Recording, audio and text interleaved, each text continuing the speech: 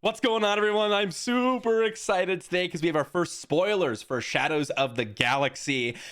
These are some pretty early spoilers, and I'm really excited about it. So I want to go through the cards, talk about them a little bit. It looks to be a bounty hunter themed set. That's what it was alluded to. So not surprised there. But as you can see, it looks to be very focused on the Mandalorian and that thematic. So if you all have seen the series, then you would definitely kind of understand and expect some of the, I guess you'd say, aspects associated with certain cards. But without further ado, let's start off with the first card in Moff Gideon. So our first new leader, command 5 costed or 5 to deploy villainy leader here. He is on the back side, an Imperial and official. I guess on the front side as well, but in terms of a unit, an Imperial and official. His leader action is to attack with a unit that costs 3 or less, and if it's attacking a unit, it gets +1/+0 for this attack. Now, this to me is a cross between 3 different leaders that we currently have in the game: Jin, IG-88, and Chewbacca. So Chewbacca obviously has an action with deploying Sentinels, but it has to cost 3 or less. So there's the restriction there. Of course, Jin is all about attacking with units, but it's about value trading where their opponents get smaller. This one, it makes your opponent's creatures just take more damage from your units by giving it +1/+0, which kind of relates to IG-88 a little bit. Now, how good do I think this is? I think this one's actually a lot better than Jin. And the reason I say that is because 3 or less isn't extremely irrelevant when you are considering attacking with a unit, and the +1/+0 is so much better than -1/-0 for your defender. And the reason I say that is, let's say you go turn 1 seasoned short trooper, or turn 1 any 2/3 really, and then maybe turn 2 super laser technician, right? Oftentimes those units don't trade into 3 costed or 3 toughness units. Now you can, which is really awesome. And even something like, as I mentioned, super laser technician is an actual real threat that actually can kill off some of your opponent's units. Just think about the units that we have inside the game. Of course, this may change drastically, but something like fleet lieutenants, something like some random Sabine, some random Viper probe droid, although that could have already traded as already.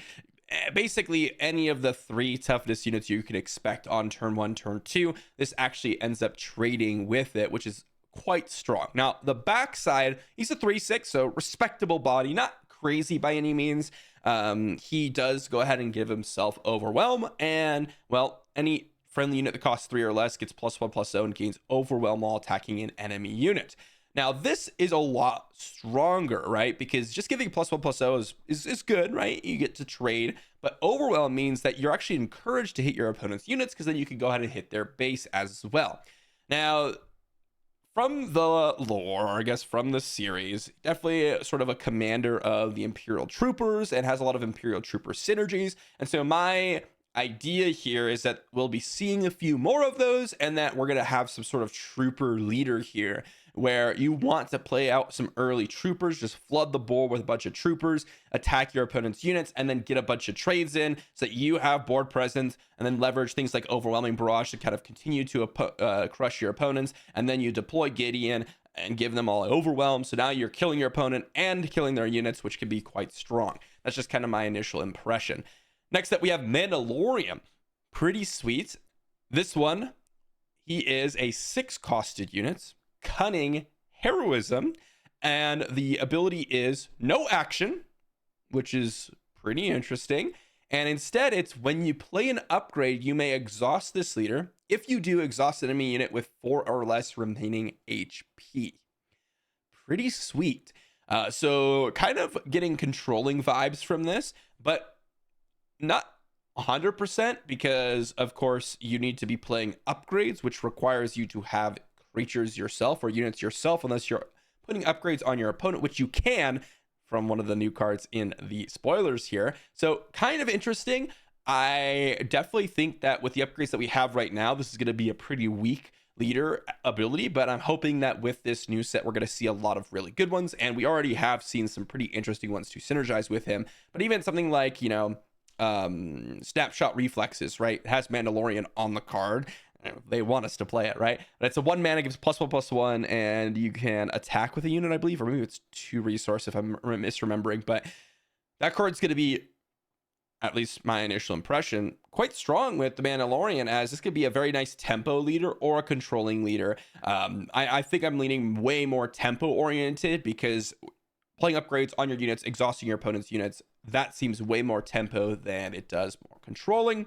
As you can see here, the backside 4-7, again, very respectable body. Nothing too crazy, but 4-7 is very reasonable, kind of standard. And when you play an upgrade, you can exhaust now something that has 6 or less remaining HP. Now, unfortunately, if it was 7, I would much more like this, or I guess like this a lot more. Wow, said that a little bit weird, huh? Because 7 hits things like Boba Fett, it hits things like the Mandalorian. It just hits so many more things. There's so many leaders that have 7 toughness, and when he's coming down on turn 5, there's a lot of leaders that come down turn 5 as well. And if you were able to ready up Mandalorian, play an upgrade to your Mandalorian, and then exhaust your opponent's leader, that could be some really crazy stuff going on. But unfortunately, that's not the case. So I'm not 100% sure on Mandalorian. I definitely think Moff Gideon's the stronger of the two, at least for right now. Let's talk about our first card here. We have Calculated Lethality, 4 costed, Vigilance, Villainy. Defeat a non-leader unit that costs 3 or less. For each upgrade that was on that unit, give an experience token to a friendly unit. So defeating 3 cost units is actually really strong. This is, for some decks, a worse takedown, but for a lot of other ones, such as mid-range styles, I actually prefer Calculated Lethality. For example, if you are playing some sort of, well, Grand Inquisitor mid-range or even Grand Inquisitor aggro, you could potentially defeat something, give an experience token to one of your like Fifth Brothers or Scout Bike Pursuers. So suddenly you get a lot more value out of that. The only thing about this is the fact that it costs 3 or less, and you have to have an experience token on a friendly unit to give an experience token. It is a lot more restrictive, so we'll have to see how good this is. But I think this could be very, very reasonable. By the way, it has S here, which means these are the starter decks for the new set, Mandalorian and Moff Gideon, which means these probably won't be in the regular packs that you're seeing, just so you all know. Next up, we have the Razor Crest, 4 costed Vigilance, Heroism, Mandalorian Vehicle Transport. By the way, the tags that Mandalorian had is Mandalorian Bounty Hunter. The Mandalorian tag could be relevant this set, which means something like Sabine could go way up in value, even further than she already is. But 4 costed Vigilance, Heroism, Razor Crest, 3/4, Restore 2, and when playing, you may return an upgrade from your discard pile to your hand. So it seems that they're kind of pushing us towards Mandalorian blue, but I'm not 100% convinced right now, although there are a lot of blue upgrades that you can be playing. There are also a lot of really, really powerful red ones, and of course, well, yellow ones, but he is already yellow, so that makes sense. I'm not 100% convinced on this card, to be honest. Giving yourself the ability to redraw an upgrade, that can be relevant sometimes, but most oftentimes in this game, you're gonna have something to do, so you don't really need that. And so for most purposes, it's going to be a 3/4 in space with Restore 2, which is reasonable, as you know, people are playing like System Patrol Craft, and this is kind of like System Patrol Craft, but with different value associated. Instead of getting Sentinel, you're getting Restore 2. I'm not a very big fan of this card right now, but again, that's because I don't think upgrades are like insanely strong unless you're abusing the Force synergies. Next up, we have Phase 3 Dark Trooper, 3/3 Sentinel Imperial Droid Trooper, command Villainy, and when combat damage is dealt to this unit, give an experience token to this unit. So this is just straight up a better cell block guard. From what I remember of cell block guards tags, he is an Imperial and a Trooper. So this has an extra tag. This has an extra ability. It's a 3/3. It is just a better cell block guard for the purposes of using that. Will you be using cell block guard still? Potentially. But the other thing about this is that it's a command card. So if you're not in command, then yeah, cell block guard is still relevant. But this is, again, just a better cell block guard. And I think that's going to be extremely relevant because there are a lot of times when, well, you could potentially like ECL this Phase 3 Dark Trooper out. Because there are a lot of times when I want to ECL cell block guard out to kill like their Sabine or kill their 2-drop or turn 1 play, right? And in this case, it'll turn into a 4/1. Which is extremely relevant because there are things like Fighters for Freedom, General Dodonna, a lot of 4 toughness units this can now actually trade into, which is really cool. So I think that this could be a really powerful unit and something that obviously, again, is just straight up better than Cell Block Guard. for the purposes of, well, if you're playing command. Next up, we have Grogu, and this one's a pretty sweet card. I again see this and see Mandalorian, and I'm like, oh, maybe they are pushing us towards a more controlling route instead of a tempo route, because it is a 2-costed 0/5 with exhaust enemy units. It's actually quite strong. The problem is, without any power, this will either eventually die, or you're just constantly using this to kind of slow down your opponent, and then eventually hopefully have some sort of game swinging play to put you back in your kind of parity, because this doesn't actually give you anything besides saving you life total, or at least preventing them from attacking, which may save some of your creatures as well. Kind of interesting. I don't really think that this has a shell right now. Again, the Mandalorian might be the way to go, and there might be upgrades that make this a really obnoxious unit, right? Let's say you put +2/+2 or something like that on this unit. Suddenly it's a 2/7, and it's constantly exhausting your opponent's units, and it's just really annoying to actually fight, right? Because you're gonna have to hit it multiple times, and you're probably gonna either take a lot of damage or even lose some units. So I don't know where this would fit right now, to be honest. I don't really see Yellow Heroism using this unit at all, especially since it doesn't have a Rebel tag. It only has the Force tag. But because it does have the Force tag, we could see some sort of, as I mentioned earlier, yellow-red or Mandalorian blue, Mandalorian red, leveraging the fact that you can play Grogu, play Yoda, and then go full Force synergy, because you have things like Obi-Wan, Kanan, Luke Skywalker, and then play a bunch of upgrades, which you will be, such as Luke's lightsaber, Jedi lightsaber, and things like that, which can be really powerful. So something really interesting. First new mechanic that we've seen so far in Bounty. So the way Bounty works is basically whenever the opponent kills or captures, and I believe captures is something that is either a new mechanic or something like traitorous, but we'll see. Anytime it's defeated or captured, its opponent collects its bounty. So for example, this one's an upgrade. You would place this on your opponent's creature, and then you would kill it, and then you would immediately ready to resource. That's how that works. So for example, let's say you go turn 1, I don't know, Grogu, sure. Turn 2, you play, let's get spicy, a Jedi lightsaber, and then you play Wanted on your opponent's units. Because Jedi lightsaber is now on Grogu, you get to go ahead and kill their units with the bounty, and then immediately play a Luke's lightsaber, because you can now ready up 2 friendly resources on your Grogu, and suddenly you have a 4/9 with 2 lightsabers on your Grogu. Just a little bit of a sweet tech there. Pretty sweet, I'm not gonna lie. That is definitely one of the peak scenarios that you could be doing. And of course, because it's the Mandalorian, you could have just prevented them from attacking as well, because you could exhaust their units. Pretty sweet, not gonna lie. I think the Wanted mechanic is gonna be really cool, especially with the kind of synergies with Mandalorian especially, but I do think that we could have a lot of very, very strong upgrade themed decks with the Wanted or with the bounty mechanic. Next up, we have Gideon's Light Cruiser, a big fatty. This one, 8 resource, is a unique unit, 7/8, Imperial Vehicle, capital ship with Overwhelm. And when played, if you control Moff Gideon as a leader or a unit, you play an villainy unit that costs 3 or less from your hand or discard pile for free. So basically, 8 costed 7/8 that brings into play something like, well, a Phase 3 Dark Trooper. Pretty interesting. The only thing is, I think I just way prefer something like, well, Darth Vader. And you might say like, oh, well, obviously Darth Vader's just super good. But like, why would I be playing Gideon's Light Cruiser when, well, Darth Vader comes down a turn earlier, immediately impacts the board in 2 different ways instead of just the one?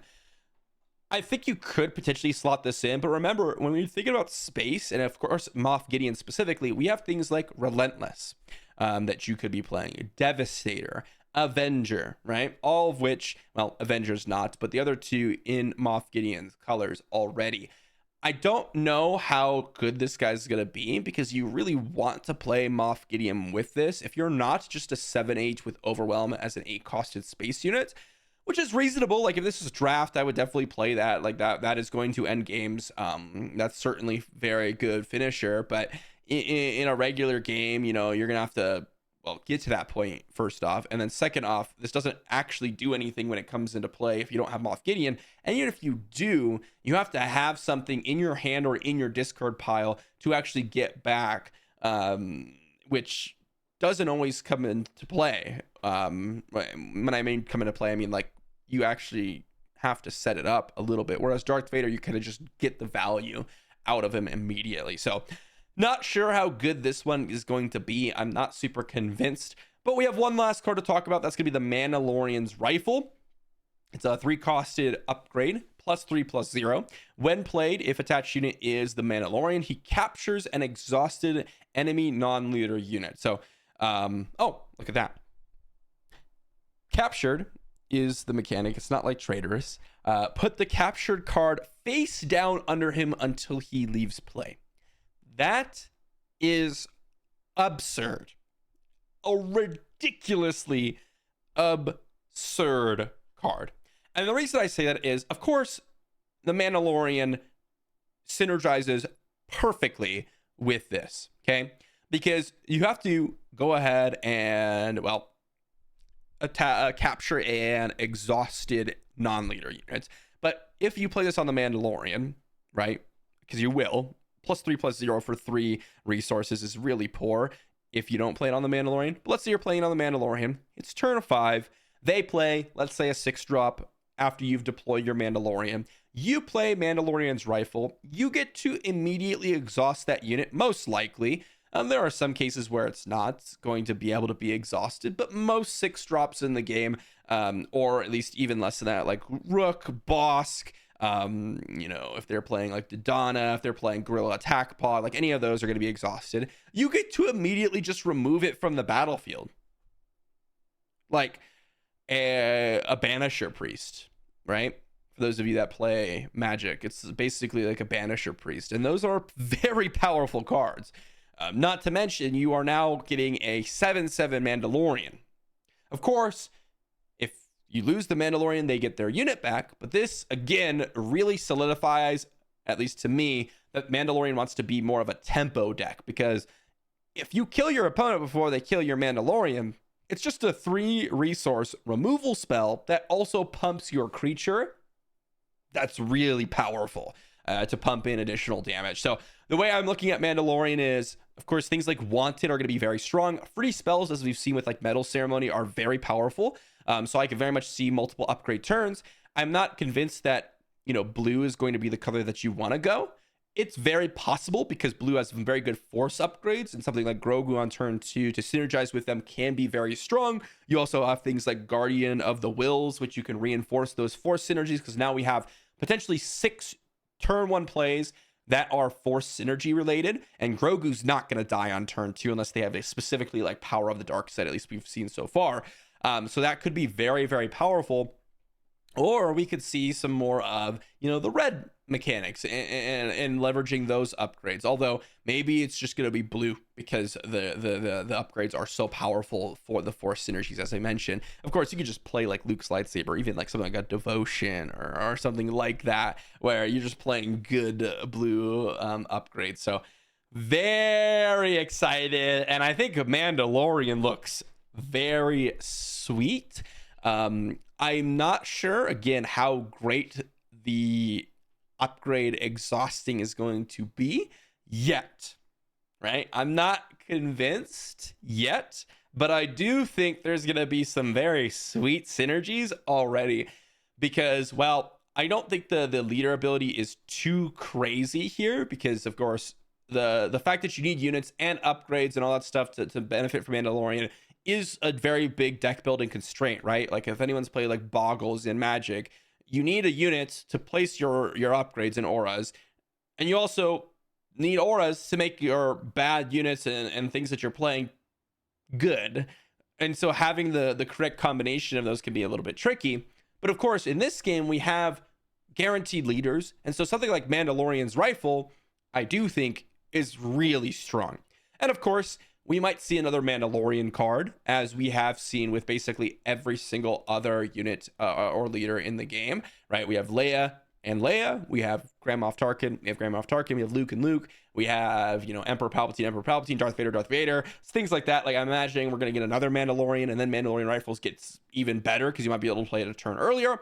As for Moff Gideon, I do think this is actually a really powerful build, and I do think it's going to synergize a lot with the troopers so far. But let me know what you think about everything that we've seen here, and I will be on the lookout for any future spoilers for Shadows of the Galaxy. If you all want to, you know, check this out on your own and read through the cards and start theory crafting already, well, I'll leave a link to this specific site down below, and subscribe, guys, if you want to check out and keep updated on any spoilers that are coming out, as well as more deck techs, more videos, more gameplay, and all the above. I'll see you for the next one.